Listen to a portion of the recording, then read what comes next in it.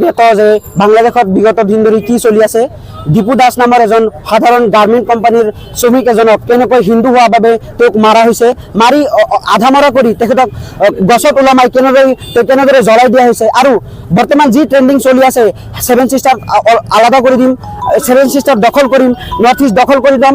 আমি ইয়াৰ পৰা বাংলাদেশ চৰকাৰ তথা বাংলাদেশৰ মানুহক সকীয়নি দিছোঁ, যদি তেওঁলোকে এনেকুৱা হিন্দু বিৰোধী আচৰণ তথা ভাৰত বিৰোধী আচৰণ যদি বন্ধ নকৰে, তেনেহ'লে ভাৰতে সৃষ্টি কৰা ৰাষ্ট্ৰ এখনক কেনেদৰে ভাৰতে ধ্বংস কৰিব পাৰে, কেনেদৰে তেওঁলোকক শাস্তি দিব পাৰে, এইটো আমি ভালদৰে জানো। আগন্তুক দিনত যদি এনেকুৱা অত্যাচাৰ বন্ধ নকৰে, তেনেহ'লে আমি তেখেতক শুকাই মাৰিব লাগে নে মূৰ্তিত ভাহাই মাৰিব লাগে, সেইটো আমি ভালদৰে জানো।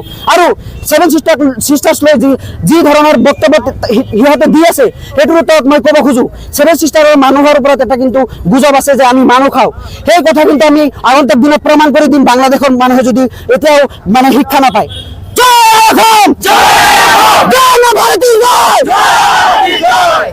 আজি আমাৰ হিন্দু ভাতৃৰ ওপৰত বাংলাদেশত যি হত্যাকাণ্ড পৰিঘটিত হৈছে, তাৰে বিৰুদ্ধে আমি আজি অখিল ভাৰতীয় বিদ্যাৰ্থী পৰিষদৰ বৰপেটাৰ শাখাই আগবঢ়াইছোঁ।